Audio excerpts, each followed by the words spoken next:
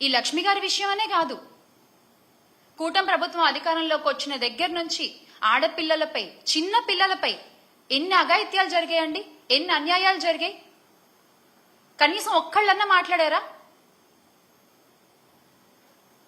మన రాష్ట్ర హోంమంత్రి అనిత గారు మాత్రం పేరుకి మాత్రం హోమ్ మినిస్టర్, ప్రచారాలకే పరిమితం అవుతున్నారు, ఆవిడ ప్రకటనలకే పరిమితం అవుతున్నారు. పోలీస్ వ్యవస్థ హోమ్ మినిస్టర్ చేతిలోనే కదా ఉంటుంది. ఎందుకు దాన్ని మీరు కట్టుదిట్టంగా చేయలేకపోతున్నారు? రాష్ట్రంలో గంజాయి సాగు చేసిన ఆడపిల్లలకి అన్యాయం చేయాలన్న ఆలోచన వచ్చిన ఆ రోజే వాడికి ఆఖరి రోజు అని చంద్రబాబు నాయుడు గారు చిలక పలుకులు పలికారు కదా. చంద్రబాబు నాయుడు గారు ఈ రోజున ఆడపిల్లలకు అన్యాయం చేసిన ప్రతి ఒక్కడు కాలర్ ఎగరేసుకుంటూ తిరుగుతున్నాడు బయట. ఇంకా చెప్పాలంటే ఆ ఆడపిల్లలకి అదే చివరి రోజు అయింది కొన్ని సందర్భాల్లో. దానికి మీరు ఇచ్చే సమాధానం ఏంటండి? దానికి మీరు ఇచ్చే సమాధానం ఏంటి? తొక్కి పట్టి నార తీస్తాం, ఆడపిల్లల జోలికొస్తే తొక్కి పట్టి నార తీస్తాం, నడు వంచి దెబ్బలు కొడతాం అని చెప్పినటువంటి పవన్ కళ్యాణ్ గారు ఏది తొక్కలేదు, నారాలేదు. మహిళలకు అన్యాయం చేయడం ఒక రాయల్టీగా ఫీల్ అవుతున్నారు జనాలు. మహిళలకి అన్యాయం చేస్తే ఏం కాదులే అంటే వాళ్ళలో ఒక వణుకు, ఒక భయం అనేది తగ్గిపోయింది. ఎందువల్ల? ఒక కట్టుదిట్టమైన వ్యవస్థ లేకపోవడం వల్ల. గత 5 సంవత్సరాలు ఇలా లేదే. ఆడపిల్లల జోలికి రావాలంటే వణుకు పుట్టేది ఒళ్ళంతా. ఎందుకంటే వేగంగా శిక్ష పడుతుంది, వేగంగా పోలీసులు అక్కడికి చేరుకుంటారు, నేరస్తుడు తప్పించుకునే టైం కూడా ఉండేది కాదు.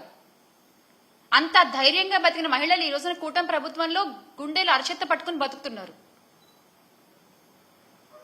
అయినా ఇలా తప్పులు చేసే వాళ్ళందరికీ కూడా కూటమి ప్రభుత్వం మద్దతు పలుకుతూ ఉందంటే నాకు ఆశ్చర్యం వేస్తుంది ఒక్కసారి.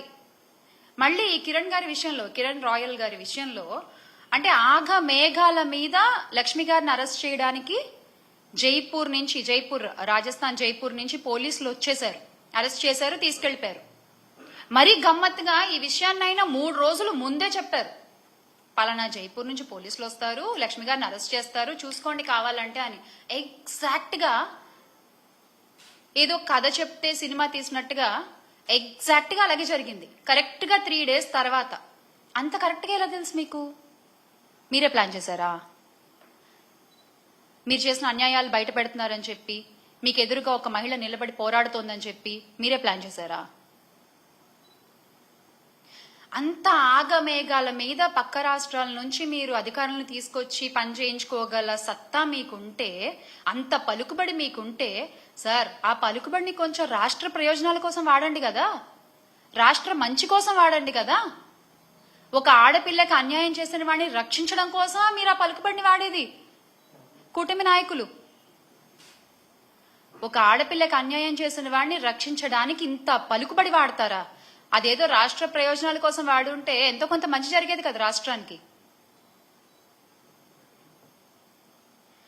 అంతకంటే దారుణం ఏంటంటే అన్యాయం జరిగిన బాధితురాల్ని ఆదుకోకపోగా, అండగా నిలబడకపోగా, అసలు ఆమెని ఒక తేరుకోలేని ఒక సిచ్యువేషన్ లో పెట్టడం, అరెస్ట్ చేసి జైల్లో వేసేస్తే అయిపోతుంది అంతే. ఇంకా వాళ్ళు నోరెత్తి మాట్లాడరు. విక్టిమ్ బ్లేమింగ్ అంటారు దీన్ని. ఇలా మీరు విక్టిమ్స్ ని బ్లేమ్ చేస్తూ ముందుకు పోతుంటారా? అంటే ఇది చూసి ఇంకొకళ్ళు ఎవరు బయటకు వచ్చి మాట్లాడరనా? మీ ధైర్యం? ప్రజలిచ్చిన అధికారాన్ని ప్రజల కోసం కాకుండా మీ తప్పుల్ని కప్పిపుచ్చుకోవడానికి, మీ వాళ్ల తప్పుల్ని కప్పిపుచ్చుకోవడానికి మీరు వాడుకుంటున్నట్లంటే ఏ స్థితిలో ఉన్నామో, ఎంత గొప్పగా మీరు పరిపాలన చేస్తున్నారు ప్రతి ఒక్కళ్ళు చూస్తూనే ఉన్నారు. అంతెందుకండి, డిప్యూటీ సీఎం గారి సొంత నియోజకవర్గంలో ఒక ఆడపిల్లపై అత్యాచారం జరిగితే ఈ రోజు వరకు ఆయన వెళ్ళి మాట్లాడలేదు. ఏంటండి మీరు రక్షణ కల్పించేది మహిళలకి? ఏంటండి మీరు ధైర్యాన్ని నింపేది మహిళలకి? ఒకటి మాత్రం బాగా అలవాటైపోయింది, ఏది జరిగినా వైఎస్ఆర్ కాంగ్రెస్ పార్టీ వైపు వేలెత్తి చూపించడం, ఎస్కేపిజం.